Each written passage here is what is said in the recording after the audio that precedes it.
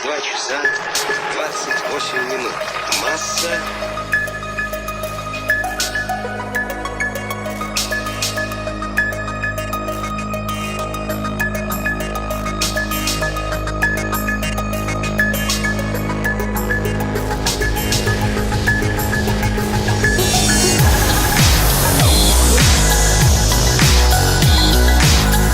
We choose to go to the moon.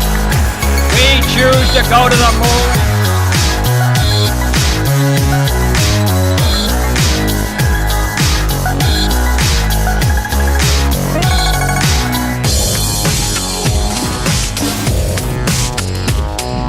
One small step for man, one giant leap for mankind.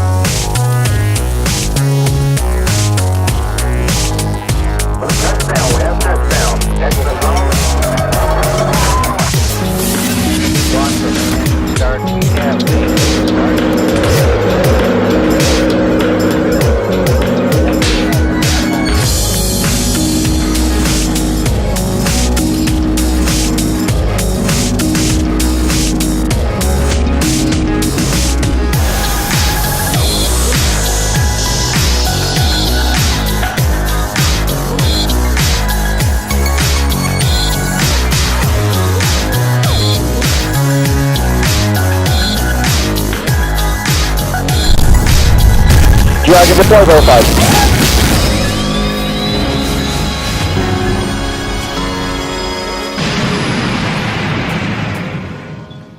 Welcome to Spacevidcast Season 5, Episode 2, recorded live on Saturday, March 17th, 2012. My name is Benjamin Higginbotham. With me, as always, is beautiful, lovely, wonderful, and talented Carrie Ann Higginbotham. I'm not really level. Not really level.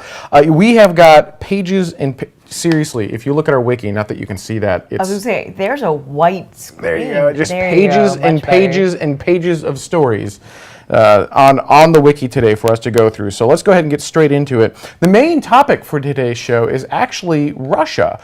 And they have got... there are leaked documents revealing their 18-year plan for their space program. And these plans are quite ambitious. They want to, well, they are. They want to do a crazy amount of things by 2030, for sure. They want to send probes to Jupiter and Venus, deploy a permanent network of research stations on the surface of Mars, right. And they want to conduct a demonstrative manned circumlunar test flight, all Apollo 8 style, right around the moon. So, but they eventually want to also land cosmonauts on the moon. That's correct. The whole point of the circumlunar test is to actually try to land humans on the moon. So, Gotcha. Main topic of today's stories is can they pull it off? Right. And the reason I ask that is they've had a lot of trouble sending probes to like Mars or anywhere else. Mars does not like Russia. Mars does not like Russia. Really and so if they doesn't. want to set up a network on the surface of Mars, are they going to be able to pull this? Can they do this? Right. They've also had a series of failures recently as they've started moving towards some of these newer vehicles. Oh, by the way, they also want to build a new vehicle. I mean, Yeah. it's a lot. They're that they not wanna messing do. around. It's not like they have one goal by 2030. They have pretty much 18 goals in the Kind next of. 18 years. And I'm wondering, and please discuss this in YouTube, on Facebook, wherever. I'm wondering if they're setting up a series of stations on Mars and they're looking to land humans on the moon, which we already know we can do. Right. Are they actually aiming after 2030 to land humans on Mars? Is this a even longer term strategy of going, okay, we need these iterative steps in order to get humans to Mars? I wonder what is above and beyond the plans that were leaked. Right. Well, and it does say in the plans that they want to solidify their position among the world's top space powers. And Uncle BS in the chat room says it's just a lot of press, very similar to saying our goal is. Yes, but if you watched our open, we committed to the moon. We choose to go to the moon. We choose to go to the moon. Once you commit your country to doing it, Right. You're not guaranteed to go there, right? And like we said, with a deadline. It's not just like, hey, we want to go to the moon someday. Yeah. We want to put humans somewhere, kind of maybe, sort of. This is like, we're doing this by this time. You know, when you go on record like that, I mean, that's a very powerful thing. I mean, it can be. It can be, right? Right. But we also went on record for Constellation. Because it could be an epic fail. Who knows what it's going to be? But it's exciting, nonetheless. It's exciting because actually, there was on our Facebook page, facebook.com/spacevidcast, there was a great comment by David. He basically said, at least someone is ambitious. Helps to have a goal and a plan. Right now, they ferry our astronauts, and they've got us by the gonads. So, and that's a very fair statement, right? A little bit, but I think Russia, while they're perfectly happy to take our money to do that, Sure. It does sort of, every time they have to take an American, there's one less Russian that gets to go up, essentially, right? I think they're Sure. sort of done being the international taxi in general. Possibly. Could be. And right when you think about it, right now, Russia is the worldwide human space program. Oh, yeah. Basically, I mean, China can kind of do some stuff, but if you want to go to the ISS, it's Russia. No, that's it's the end of the Russia. list. It's Russia. So, yeah. There you go. There you go. All right, moving along. So, love your comments. YouTube, Facebook, Twitter, wherever you want to put them. Love your comments. What do you think of Russia's ambitious plans to go out into the solar system and work on all of this stuff? So speaking of ambitious plans, the SLS, or Space Launch System, recently had a test. This was a Marshall Space Center test, I believe. It's what I'm calling the mini SRB test. Here, we've actually got footage. Here you go.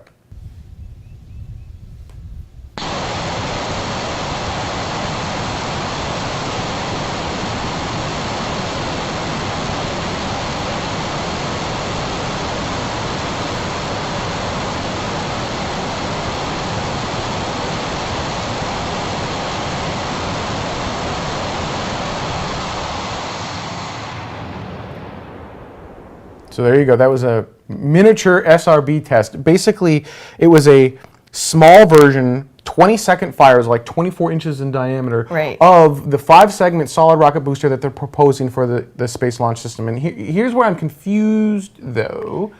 Don't we have full-size versions of the 5-segment solid rocket booster that we've already tested for the Ares 1 Yeah. and Ares 5 rockets that ATK did testing for? Yeah. So, and if the chat room can explain to me why this was necessary on top of and beyond the full-size 5-segment solid rocket booster tests, I'd love to hear that. I think we still need more testing on the full-size engines, but I don't understand why we need to do this miniature test or what the point of that was. Right. They basically said, I mean, they do call it a subscale solid rocket motor. Obviously, they designed were to looking for something. Mimic NASA's Space Launch System booster design. And it's great that test for that particular thing went really well. yeah. But if that's not the exact thing that you're putting onto your rocket, Well, you can still gather data, right? I mean, just because it's not the exact thing, but I'm just trying to figure out what data they would have gathered there that they couldn't have just gathered with the next full-size 5-segment test. But maybe there's a reason. Bruce is saying it has less risk. Sure, but I mean, we've already started full-size testing. So Right, don't so you normally why move? take a step backwards? Yeah, don't you normally move from the small tests in the beginning of the process to see how it's going to work, Right. and then iteratively get bigger, iteratively. That word's not happening today. Get larger in steps right? Taking baby steps. until you get to the full-size vehicle or full-size engine. Right. We're already at the full-size engine. That's my Right. point. Yeah. So that's what I don't. You can do more on a small-scale test, sure, but wouldn't that have been done a while ago? So, all right. Yeah, I mean, if we were starting from scratch, I guess that would make more sense, is our point. Speaking of things not making sense to me, we talked about this last week on the show. I don't think we were actually talking about this. I saw this in the rundown, and I was like, oh, but we already covered that. We so- did already cover this, but here's That what was a mess happened. up. So we covered the maglev stuff last week, and we basically said this doesn't make any sense. Right. So what happened then is like the next day or the day after, a lot of websites started coming out with the, what is it, the SkyTram? StarTram, sorry. Star Tram, yeah, sorry. StarTram system. And so, and everyone seems to think that this is a really great idea. And I'll be frank, I still don't buy it. There were comments made in our chat room by rocket scientists, really smart guys saying, this would even make sense on the moon. Let me just give you my argument. And, let me preface this by saying, I actually don't really care. If it gets us into space, then by all means, let's do this. Right.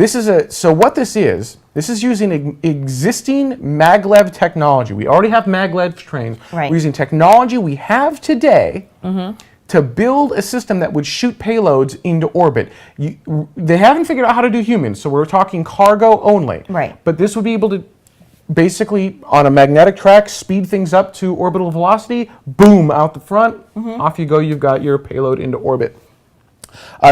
In and of itself sounds kind of cool. It does, and potentially could be safer, because when you think about how a rocket Right. goes up there, it's just a giant controlled explosion. Yeah. And I forgot the exact quote, but something like 1 million things need to go right on a rocket launch, but if you... how's that go? It's the reverse of that. Like 1 million things can go wrong on a rocket launch, but I don't know, whatever it is. You know what I'm trying to say, right? Right, but Like, only one can go wrong. Yeah, as soon as one goes wrong, everything. So as soon as the Something like explosion is no longer contained, controlled, the whole payload is lost. Right. So with a maglev system, there is no controlled explosion. It's Right. just an electrical speeding it up over time, and then off you go. But here are the things that aren't really being talked about. From what I've read in the data, we need to get this up a little bit above 60,000 feet in the air. Okay. Now, their proposal to get that high is to build it up the side of a mountain. So we're going to curve up a mountain and go 60,000 feet in the air. To put that into perspective, 60,000 feet, that's higher than jet airliners Right. fly, right? So the tallest structure humans have ever built is just under 3,000 feet. So we're talking about, the maglev technology is something that we have today, but the ability to build something 60,000 feet into the air, that is not something we have today. So, and then the startup capital is a 20 billion with a B project. So 20 billion United States dollars to make this all go. It's a lot of money. And no humans, right? So human goes on board, you would be essentially smashed by the G-forces, the acceleration. Right. The inertia would just smoosh you Right. back. Right. Yeah. And we're just going to build this on the side of Everest, and everyone's going to be okay with that. Yeah, and we can barely climb Everest, Right. let alone build on Everest. So there are a lot of engineering hurdles. Then I heard the argument, which is potentially valid, all right, well, build it on the moon. You've got a lot less gravity, but we can't even get humans to the moon right now. So how are we going to build? That's almost a harder challenge to build it on the moon.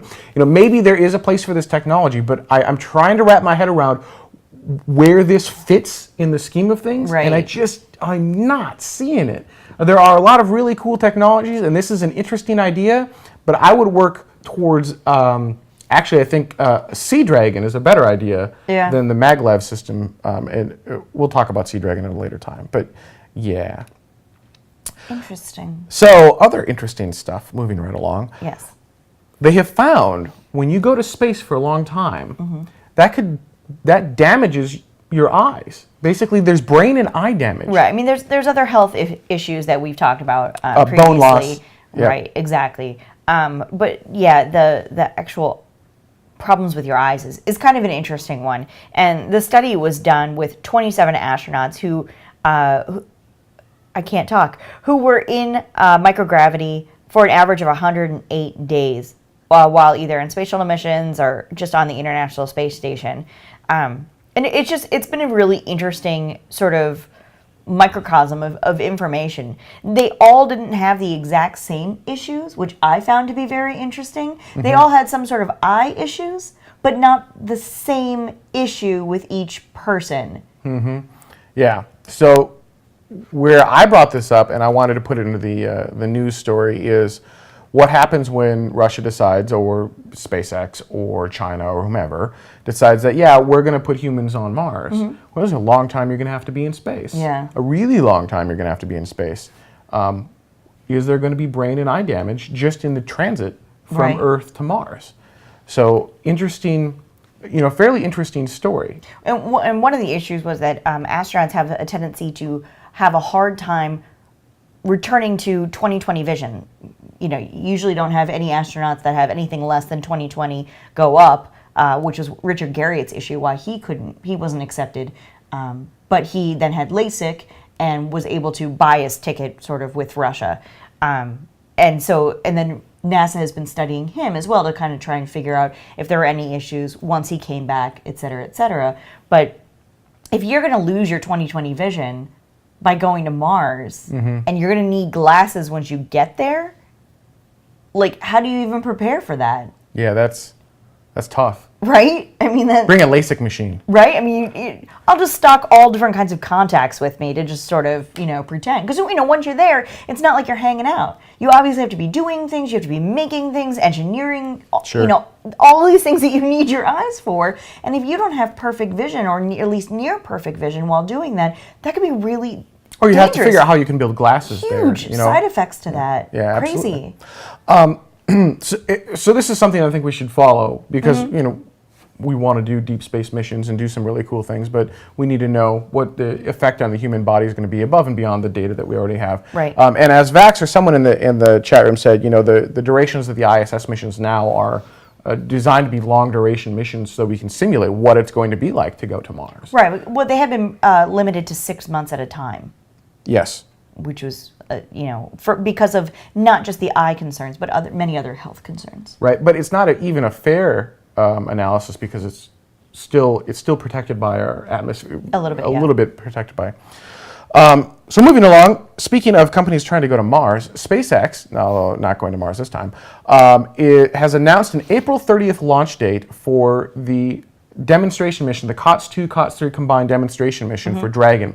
This is a really, really cool mission. This is where the first private company is going to loft on their own vehicle a private spaceship named Dragon to the International Space Station, and they will berth with the space station. There's a difference between berthing and docking. Yeah, which I didn't understand. Berthing is where you'll be grabbed onto and pulled into the space station, and you won't be under your own power. The space station is going to pull you in, and they will control it. Right. Docking is when you're under your own power, and then you dock with the space station.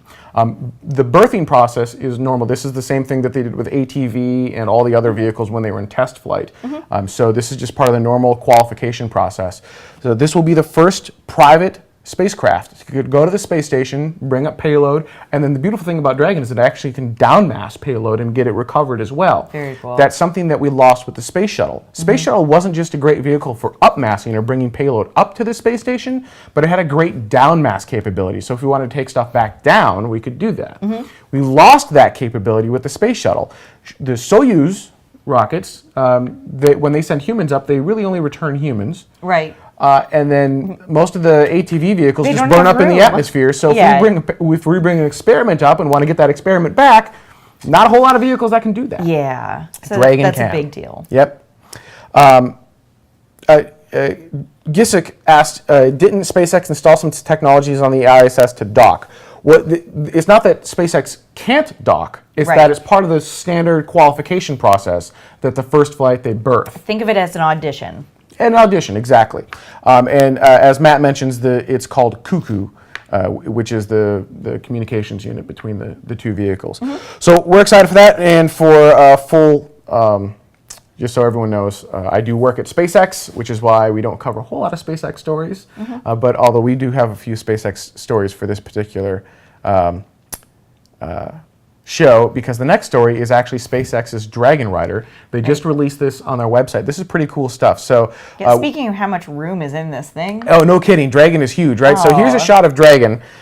This is a mock-up Dragon capsule, and this is all available on SpaceX's website under their updates section. So here you can see the Dragon spacecraft, and typically if you've ever seen an interior shot of the space shuttle or a Soyuz, they're tiny. They're Yeah. teeny. You're shoulder to shoulder. There is not a lot of room to move. The Dragon, the Dragon is like a TARDIS. If you ever watch Doctor Who, Okay. I swear to you, it looks tiny on the outside, and the moment you step into it, you're like, actually, there's a lot of room here. Here's a shot inside the Dragon with 7 astronauts. 7. 7 astronauts. Now, here's where, all right, so that's kind of hard to tell what's going on. It doesn't look like, it looks like it's still fairly cramped, and that's just Right. because it's hard to get a picture in there. But see the plates that everyone's kind of putting their feet on. You see 2 of them sort of right center in the middle there. That sort of leads into this next shot that Ben's going to show. All right, so you can see the reverse side of those plates. Yeah, exactly. So you can see those plates. Here's the other side. There were actually 10 people inside of Dragon at that moment in time all comfortable, right? I mean, he had his arms spread out over his head. There's Elon Musk, the CEO and CTO of SpaceX. Richard Garriott on the right side, and I forgot the astronaut's name on the left side. I'm a terrible human being. You are a terrible human being. Hang on. It's right here. It's Rex Yep. Walheim. There we go. Lots and lots of room inside of Dragon, and there's actually a shot of, much like the Soyuz, you get these custom foamed seats for re-entry, so that you just sit, right inside of that seat. Yeah. I just thought that was. My understanding is that they're custom. I love how they have the little stitching on the inside too. SpaceX. In case you didn't know where you were. It's almost like Elon owns a car company too, right? And got the guys that do the. You said Richard Garriott. It's Garrett Reisman. Garrett Reisman. Oh, you said Richard Garriott earlier, and Garrett Reisman. Sorry about that. Just want to be really clear. So 10 adults inside of Dragon all at the same time, and that's here on Earth. You actually kind of get a little bit more room when you're in 0G, because then you can stretch out and use sections of the spacecraft that you otherwise wouldn't have been able to use because it was above you, or something like that. I can't reach that. Oh, exactly. Wait. Yep, exactly. And if you're interested in more SpaceX stuff, there's actually a 60 Minutes segment that'll be going on this Sunday. And we've got a commercial for that. So here, check this out. I think this is a really interesting snippet of what will be on 60 Minutes this Sunday night or tomorrow night. Musk says a manned version of the Dragon capsule will be safer than the space shuttle and a lot cheaper. Engineers are already designing escape rockets, life support equipment, and computer guidance systems. They were studying seating for 7 when we were there. Do you believe that your rocket will be the next American rocket to take an astronaut into space? I believe that is the most likely outcome, yes. That sort of confidence has not exactly endeared him to the space establishment or to his competitors. There are American heroes who don't like this idea. Neil Armstrong, Gene Cernan have both testified against commercial spaceflight in the way that you're developing it, and I wonder what you think of that. I was very sad to see that, because those guys are, those guys are heroes of mine, so it's really tough. I wish they would come and visit and see the hardware that we're doing here. And I think that would change their mind. They inspired you to do this, didn't they? Yes. So yes, Sunday night, 7 p.m. Eastern Daylight Time or Pacific Daylight. I'm having a hard time today, aren't I? Pacific Daylight Time. I have no idea. I haven't actually seen any of it in advance, so I have no idea what they're going to say.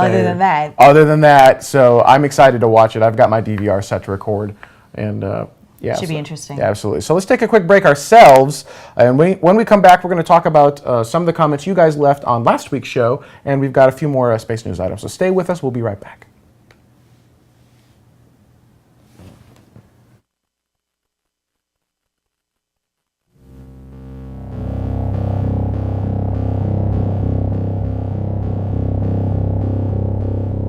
Please welcome Richard Garriott.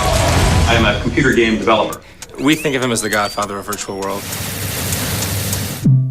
Your father had the right stuff, but in my opinion, you have even righter stuff. $30 million. I will launch and become the first second-generation American astronaut. This entire year, I've been in Star City, just outside of Moscow, training. This is the goal that I have really been working towards for 20 to 30 years.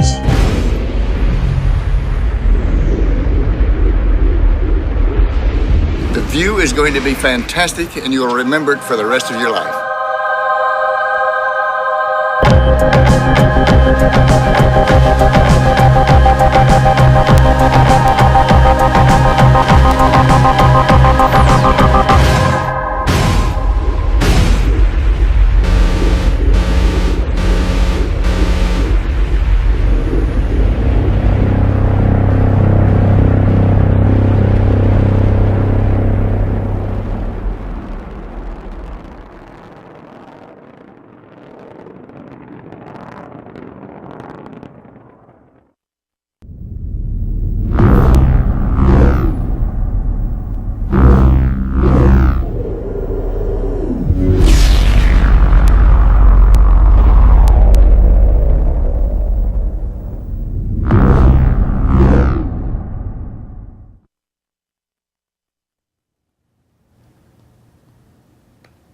I wonder if Angry Birds Space is set up from the new Retina display on the iPad.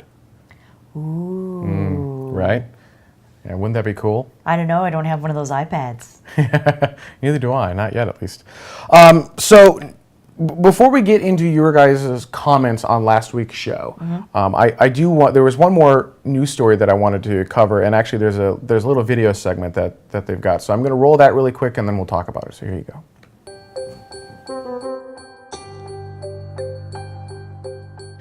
We've been together for, I'd say, about 2 years, so so much time has gone by. We're actually going to get to our first, what I would call, truly complex robotic operation on the space station. Change display frame to RMTB1 grasp. So we're actually going to use the on-orbit robot to acquire 3 of the tools that are installed in our payload, grab those tools and actually interface with our payload, like cutting wire, releasing launch locks, and these are tasks that the on-orbit robot named Dexter has never done before. So as Dexter's performing tasks on orbit, we'll be following along with the robot. There's 4 live high-definition videos coming down from Space Station. We'll be watching those views to see what the robot's doing.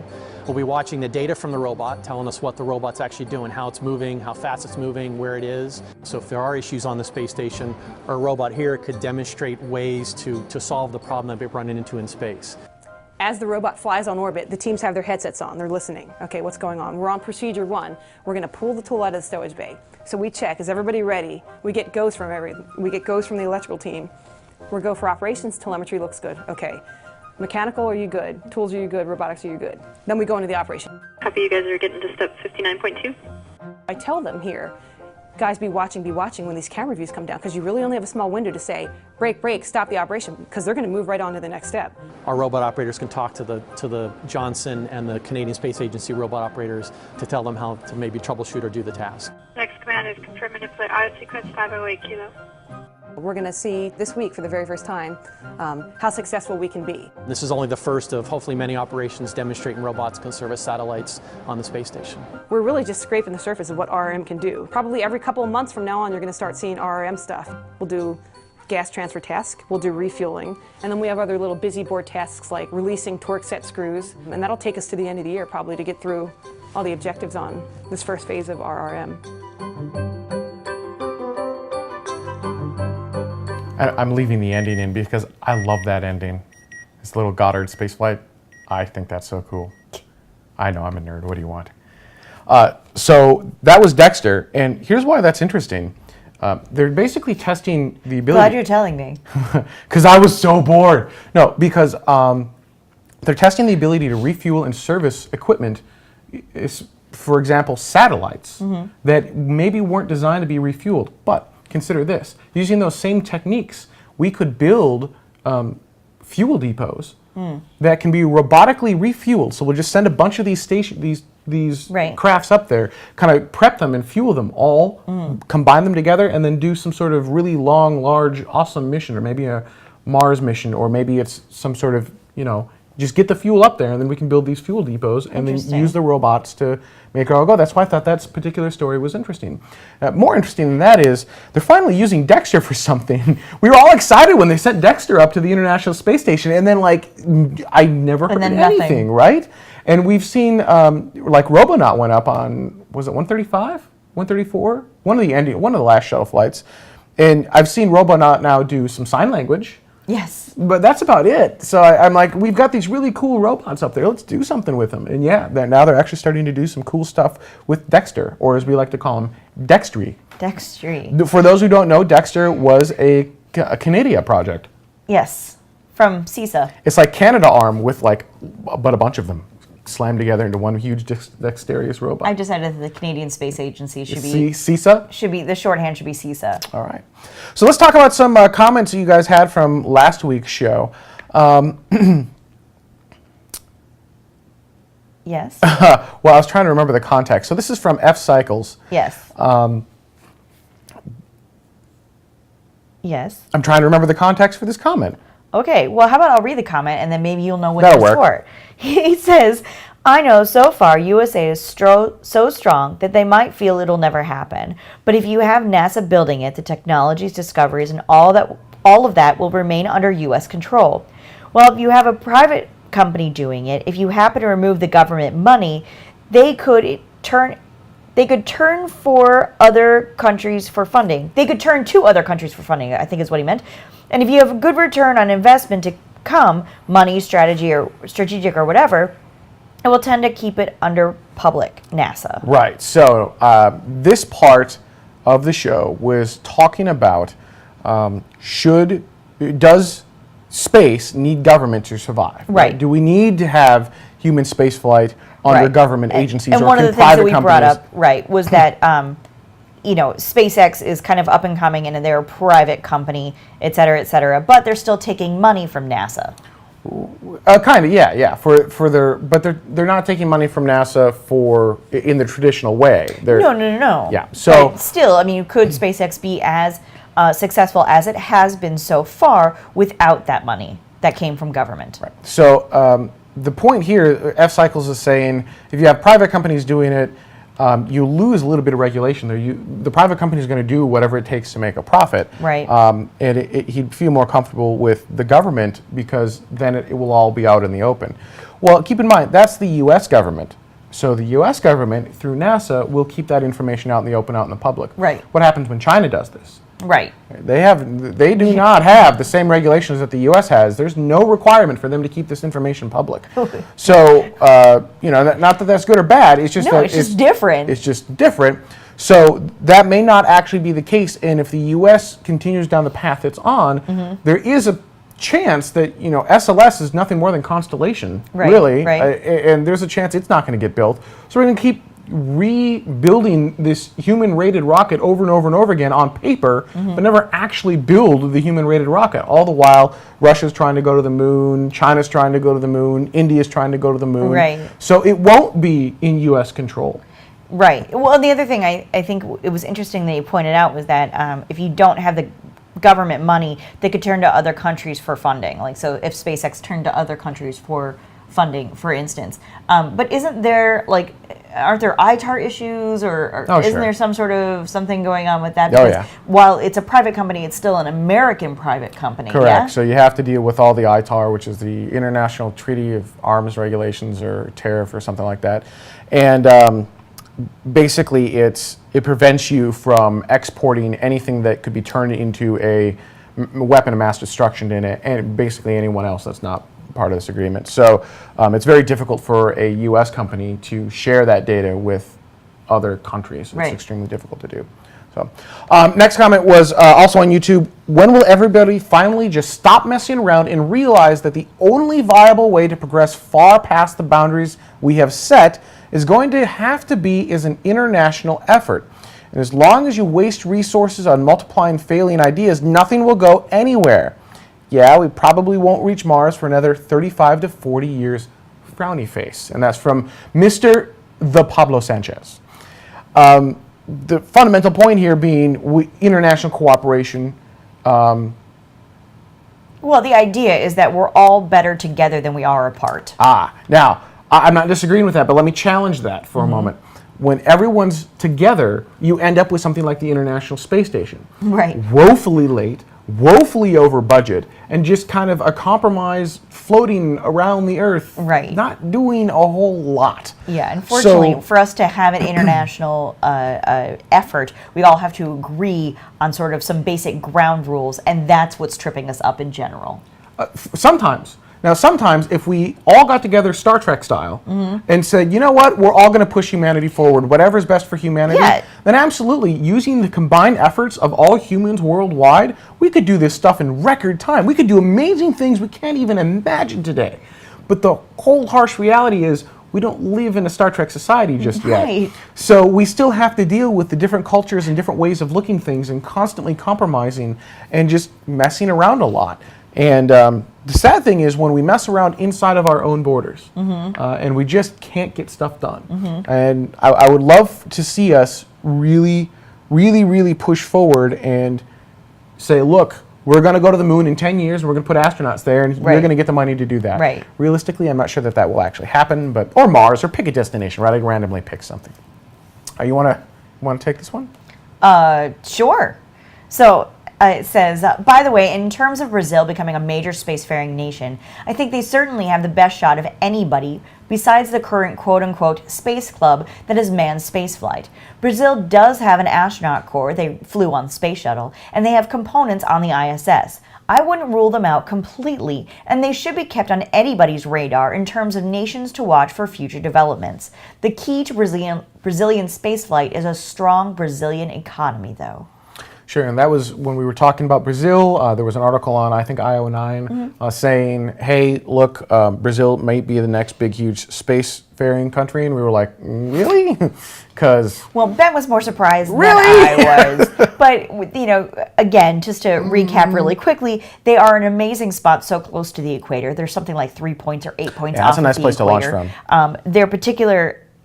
area is very sort of well kept and away from people, which Ben said, well, any of them have to be, blah, blah, blah. That's fine. But yeah, no, he's right. There already have been Brazilian people on the space shuttle. So it's not like they're coming out of left field. Yeah, but you know, having people on the space shuttle, a vehicle that someone else built, having said that, we put humans on Soyuz now. Right, and going back to the sort of general theme of what we've been saying, forever, but this particular episode is if Brazil can laser focus and put the money into it, the money and the effort, they can do it. Yeah, it really is. You just need to commit to it. You need to say, look, this is a strategic importance for us. We're going to make this happen. We're going to throw money at it. But here's an interesting factoid. We all complain about NASA's half cent on the dollar. Neil deGrasse Tyson did a huge thing with that. He wants to move it up to, he said, what if we just made it 1 cent? Right. But if you were to take all of the other non-military space agencies throughout the rest of the world and combine all of them, all of you still don't reach the amount of money that's pumped into NASA.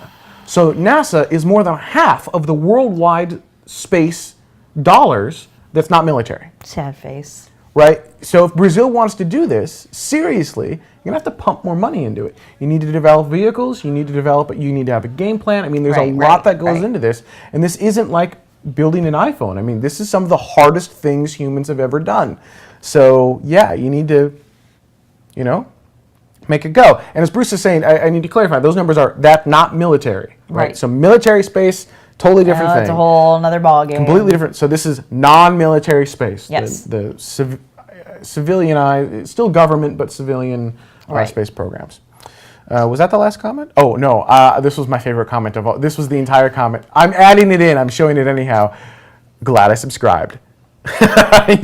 You can subscribe to our YouTube channel by going to youtube.com/spacevidcast. You can also grab us on Facebook at facebook.com/spacevidcast or on Twitter at twitter.com/spacevidcast, and of course our website at www.spacevidcast.com/spacevidcast. I should totally put something there. Absolutely. And keep in mind, we do have a premium product that we produce. It's called Spacevidcast Epic. We're working, there are 3 new videos coming out on Spacevidcast Epic. We've got 2 new LA Space Salons. We've got an AIAA meeting, was talking about MSL Curiosity, and that was a fascinating meeting. And then we've got another LA Space Salon that will be shot here at the end of the month. So we've got a ton of Epic coming. And also another AIAA. And another AIAA. So you're going to see just this huge surge of Spacevidcast Epic content. And one other thing I'm working on. Wait, but AIAA, for those of you who don't know, is the American Institute of Aeronautics and Astronautics. So, sorry, go on. One other thing that we're working on is Epic users, not only will you get extra content, so when we release like an LA Space Salon, we go up to the QA session, but that's all you get. If you want to see all of the QA session, which is usually the most fascinating part of the whole thing, you have to be an Epic subscriber. It's the only way you can watch it. In addition to that, some of these events will be released to Epic subscribers first for a full month. So if you want to see it early, you have to be an Epic subscriber. And you can find out more information at spacevidcast.com/epic. It starts as low as like $8.33 a month. And as an added benefit, it helps us to continue to produce shows like this. Hopefully, if we get enough Epic subscribers, we can move back to a real camera instead of this horrible webcam that I absolutely hate. But everybody loves you in pink. Everybody loves me I'm wearing orange. Let me put it that way. All right. Any final comments?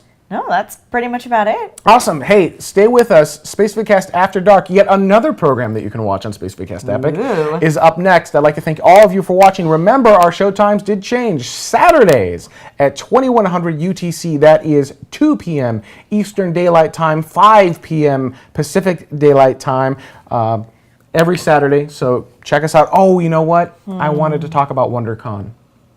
You know, we'll talk about it in After Dark. Thank you so much, guys, for watching. We'll see you next week.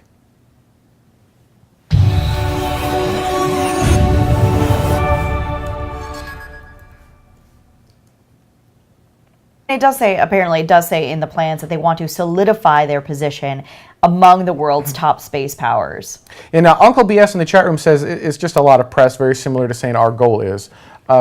Yes, but if you watched our open, we committed to the moon. We choose to go to the moon. We choose to go to the moon. Once you commit your country to doing it, right? You're not guaranteed to go there, right? And like we said, with a deadline. It's not just like, hey, we want to go to the moon someday. Yeah. We want to put humans somewhere, kind of, maybe, sort of. This is like, we're doing this by this time. You know, when you go on record like that, I mean, that's a very powerful thing. I mean, it can be.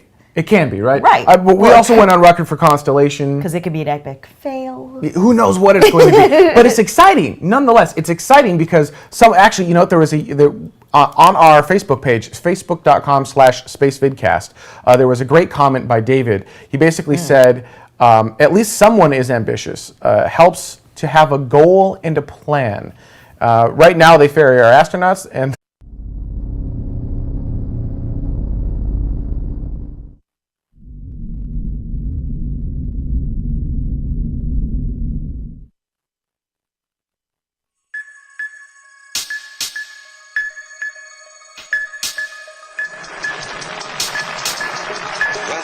часа 28 минут. Масса...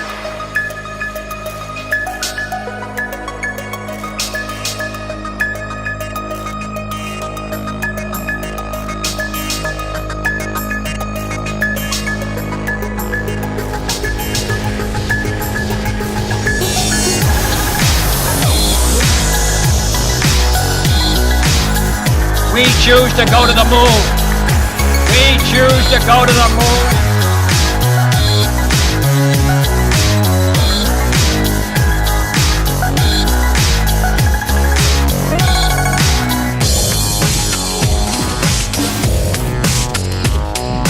One small step for man. Lovely, wonderful, and talented Carrie Ann Higginbotham. I'm not really level. Not really level.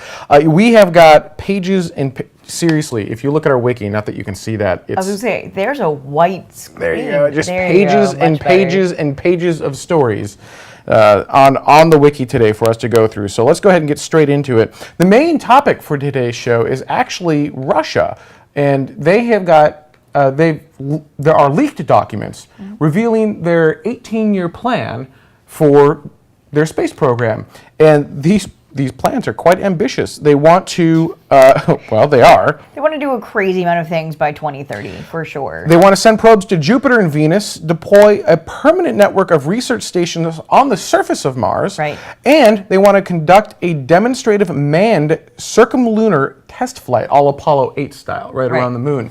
So, but they eventually want to also land cosmonauts on the moon. That's correct. The whole point of the circumlunar test is to actually try to land humans on the moon. So, a main topic of today's stories is can they pull it off? Right. And the reason I ask that is they've had a lot of trouble sending probes to like Mars or anywhere else. Mars does not like Russia. Mars does not like Russia. Really and so doesn't. if they want to set up a network on the surface of Mars, are they going to be able to pull this? Can they do this? Right. They've also had a series of failures recently as they've started moving towards some of these newer vehicles. Oh, by the way, they also want to build a new vehicle. I mean, yeah. It's a lot. They're that they not messing do. around. It's not like they have one goal by 2030. They have pretty much 18 goals in the next 18 years. And I'm wondering, and please discuss this in YouTube, on Facebook, wherever. I'm wondering, if they're setting up a series of stations on Mars and they're looking to land humans on the moon, which we already know we can do, Right. are they actually aiming after 2030 to land humans on Mars? Is this a even longer term strategy of going, okay, we need these iterative steps in order to get humans to Mars? I wonder what is above and beyond the plans that were leaked. Right, right. Well, and Giant leap for mankind.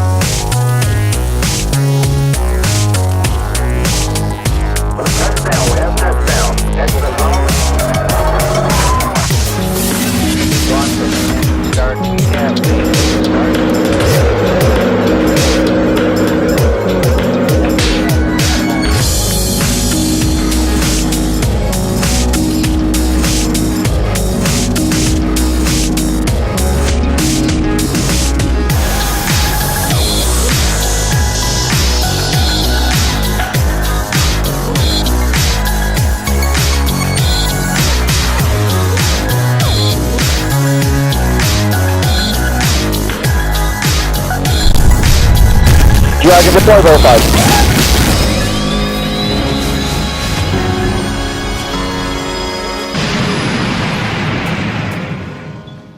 Welcome to Spacevidcast Season 5, Episode 2, recorded live on Saturday, March 17th, 2012. My name is Benjamin Higginbotham. With me, as always, is beautiful